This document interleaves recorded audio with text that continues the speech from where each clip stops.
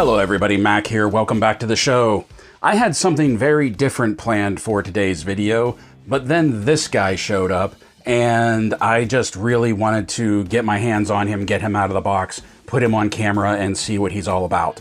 This is Mafex Cyborg Superman, and this is my first dipping of my toe into the water, so to speak, of the Mafex line.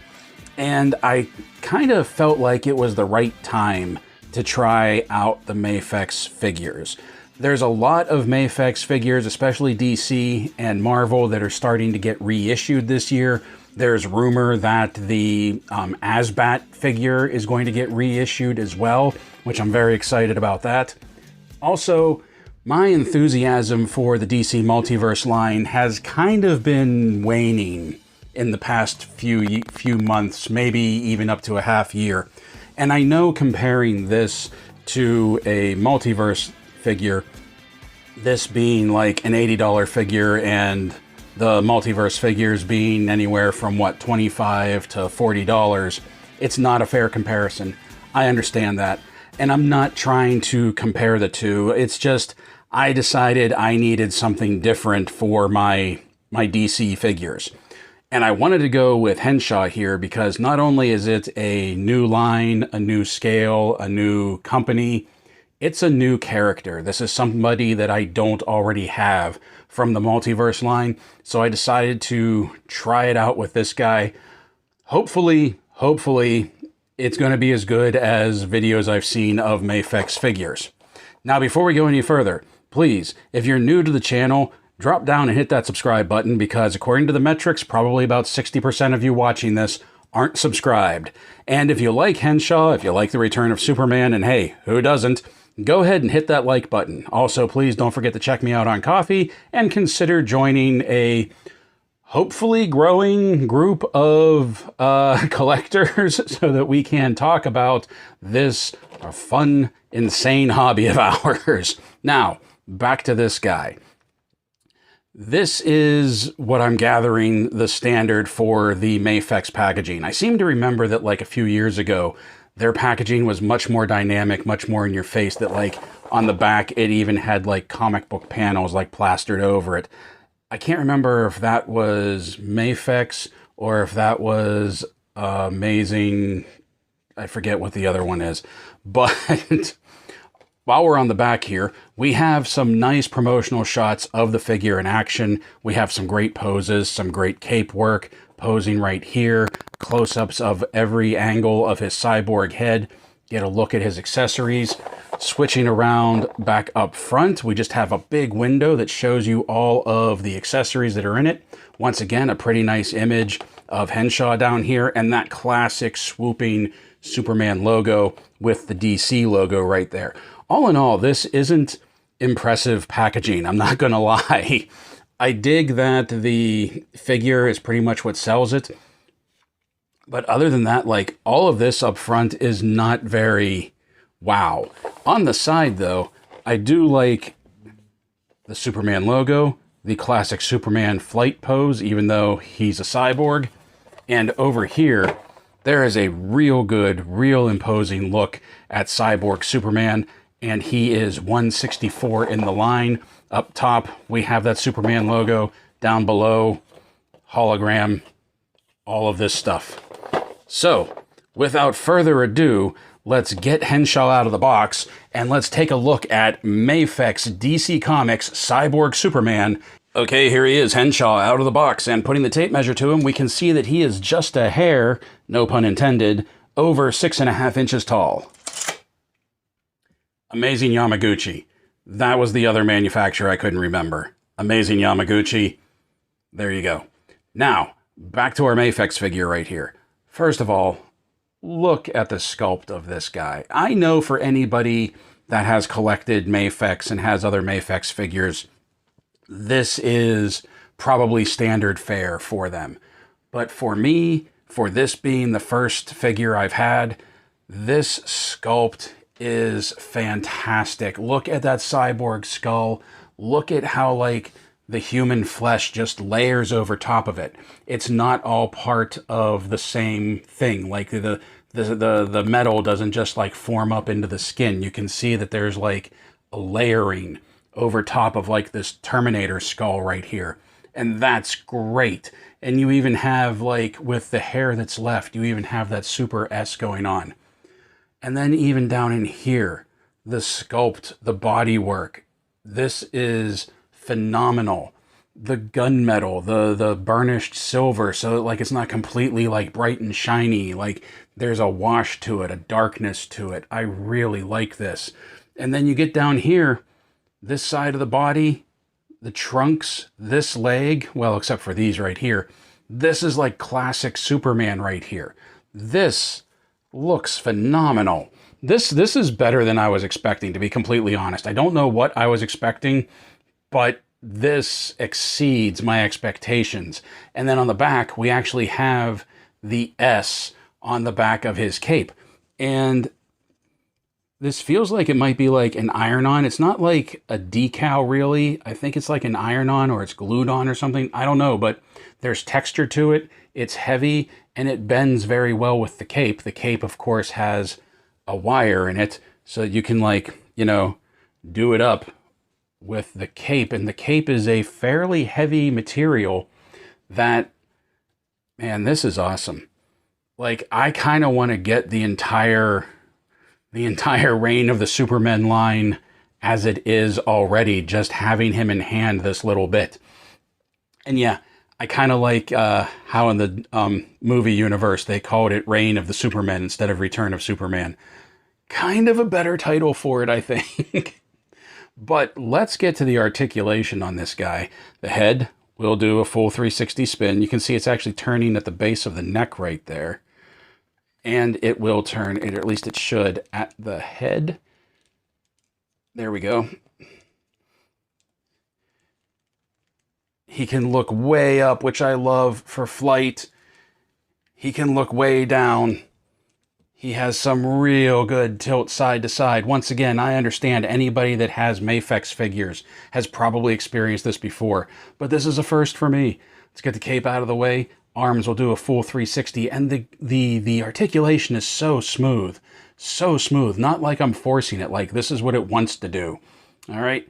We got a butterfly joint in the arms with some really generous travel, and even like the cyborg arm over here has some great movement to it. Arms will come up way past 90. Way past 90. We have the bicep swivel that is so smooth once again. Double jointed elbows with some really good travel. We have that sort of like Revoltech wrist that actually McFarlane has, that it can go up and down, or you can do this, and then you can do this, and it goes in and out. Also, whenever we're going to pop off the hands, it just pops right off that stem right there. Very much like the Mezco 112 figures that we've taken a look at on this channel before.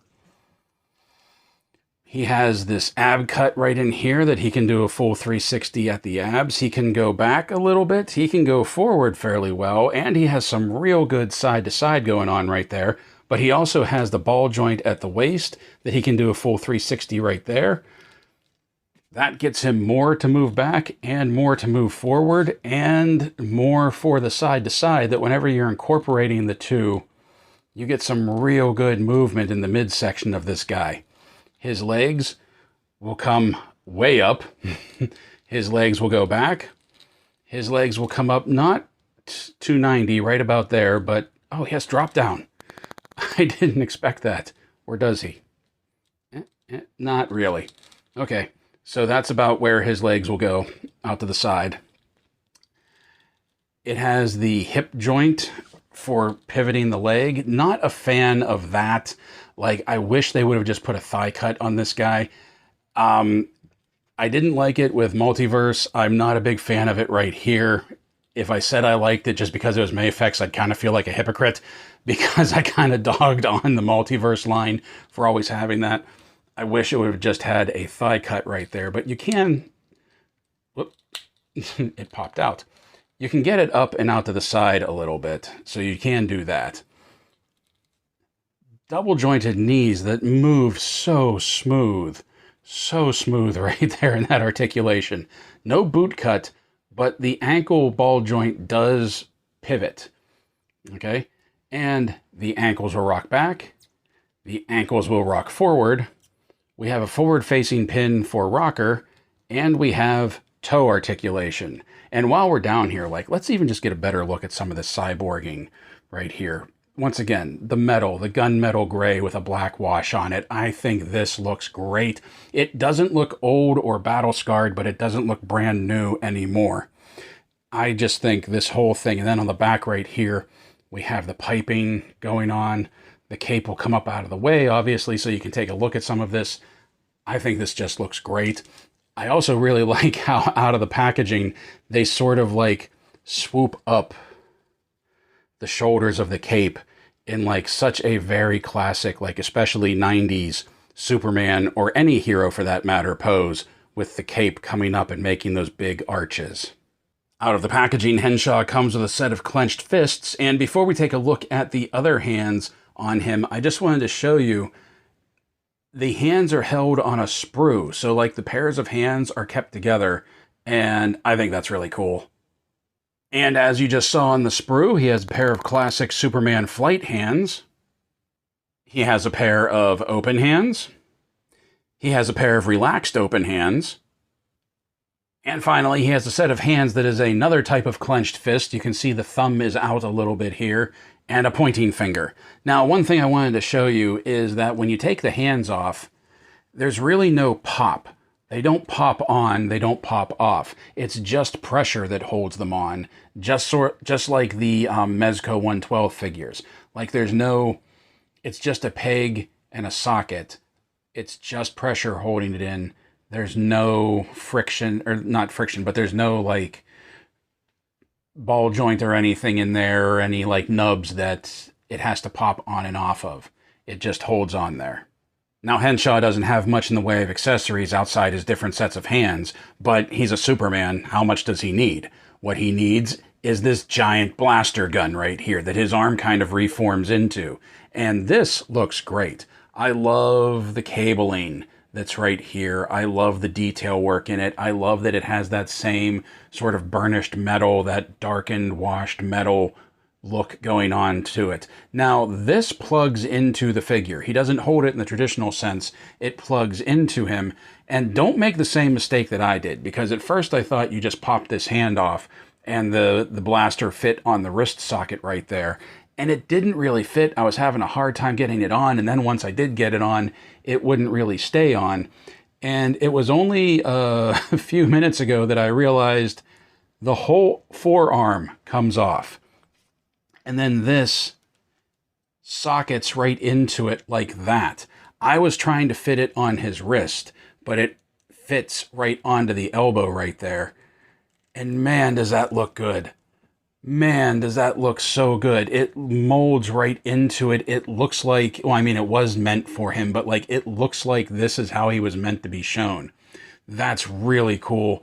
I really dig that. And you still have the full range of like the elbow joint right there. It doesn't really pivot because it sort of locks into position, but you still have the bicep swivel that you can use as well. In addition to this big Horkin blaster, we get two blast effects that just plug right into it. And you can see that there's sort of like a flat spot on these. See how right there, but right there, it has like the barbs for the blast effects, but like right there, it's a flat spot. It's the same way on this one. And I typically just put those two flat spots together so that they will fit together on Henshaw's blaster. And that looks awesome. Oh my God. Oh, this thing looks great. Oh my gosh. So even though that it's not really an accessory, I just want to talk a little bit more about his cape, because I really like the material that this is made out of. It's a heavy material, but it's a soft material, and it bends very well. The wire that runs through it, there's a wire in the sides right here, there's a wire in the bottom right here. It feels like there might be like heavy wires or multiple wires up here in the shoulders, plus you have these big shoulder pads that help to hold it up off of his shoulders. And that's how you get that sweeping, like that sweeping arch in the shoulders right here. That quintessential 90s superhero look and it just looks great. It looks so awesome. There's a lot of possibilities with this cape. There's a lot of posing possibilities with this cape. I had a lot of fun with this cape. Once again, I love the gold S on the back because so many times that is skipped. Man, in the Multiverse line, the Eradicator was one of my favorite figures. Like, now I really want to get the Mafex Eradicator to put next to this guy. And I want Steel, and I want Superboy. I'm pretty sure this is going to be how I go with, like, my DC line. Even though it's not an accessory, one other thing that I want to talk about is the flight stand that he comes with, and these are very reminiscent of the stands that I got from Temu. However, I'm not particularly thrilled with this stand. You do have to tighten the screws to get it to hold position, just like you do with the ones with Temu, but I don't feel like that's as tight as I could get it. That it doesn't really tighten and hold position very well, and while the Mafex figure is not particularly heavy, it doesn't do well to hold shape. It tends to weigh down and bend and bow. And also it comes with two different claw accessories, one that's a big ring and one that's more oblong that we're used to.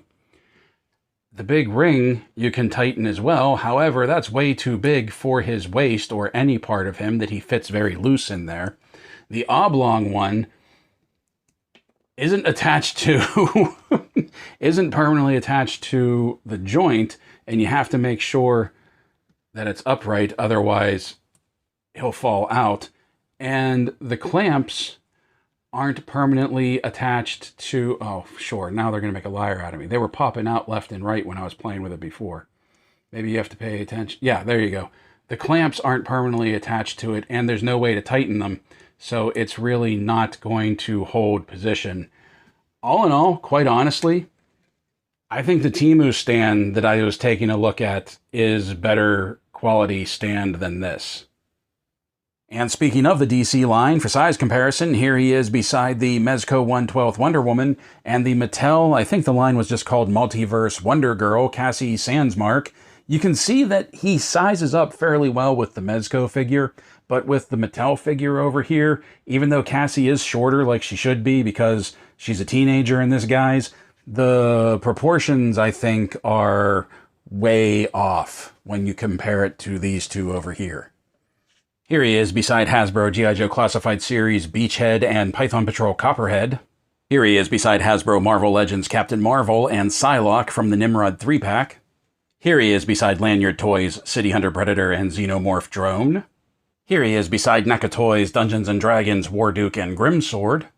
And finally, here he is beside McFarlane Toys, DC Multiverse, The Eradicator, and Superman from Action Comics 1000.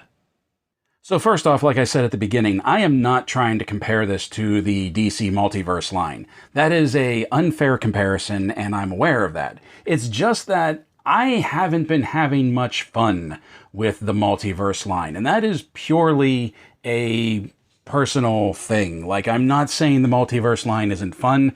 I'm just saying I haven't been having fun with it.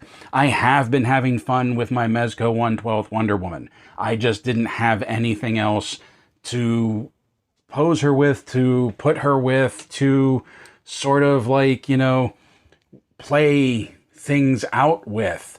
So I decided that maybe it was time for a change, and I thought between the Mezco 1/12 and the Mafex figures that I could get a pretty decent start to a new DC line. Now, granted, this is much more expensive than the Multiverse line. Don't have any doubt about that. The Mafex line and the Mezco 1/12 line are pretty much on par price-wise. But I wanted something that was like in the 1/12 range. I wanted something that would size up and look good next to my Wonder Woman. And like I said, they've been doing a lot of re-releases with the Mezco figures, or I'm sorry, with the Mafex figures, that I felt it might be time to dive in and see what this was all about. And man, am I glad I did, because I had nothing but fun with this figure while I was posing him. So I really think I'm going to start investing in some of the Mafex line. I'm already eyeing up the rest of the Supermen from The Return of Superman. I am definitely probably going to pick up the Mafex Psylocke, and I'm definitely on, on the lookout for when Azrael goes back up for pre-order when they re-release him. The articulation is so fluid and so smooth. The paint apps, the sculpt, all of it is fantastic. If you've had Mafex before, I don't think I'm telling you anything new. The only thing that I'm kind of, I wouldn't even say disappointed in, but the only thing that's like maybe a pet peeve of mine is the lack of a thigh cut, and instead it's doing that hidden hip joint that I'm just not a fan of. This is going to limit my selection, make no doubt about it. Like, in case you were wondering, yes, I do realize this is going to limit the choices that I have. That I'll be able to get all of the Return of the Supermen, including Superman, hopefully Azrael Batman, but I'm not going to be able to get things right now, things like the Titans, or even a complete Justice League. But that's a limitation that I feel like I'm willing to pay to get the figures that I personally want. The quality of figures, the type of figures that I personally want. I am so glad I skipped the video that I originally had planned and I opened this thing up early and I got my hands on this. I hope you enjoyed this too. Remember, please do all the YouTube things, comment, like, subscribe, check out my Ko-fi page, and until next time, my friends, play well, stay safe, stay healthy, and as always, thank you for watching.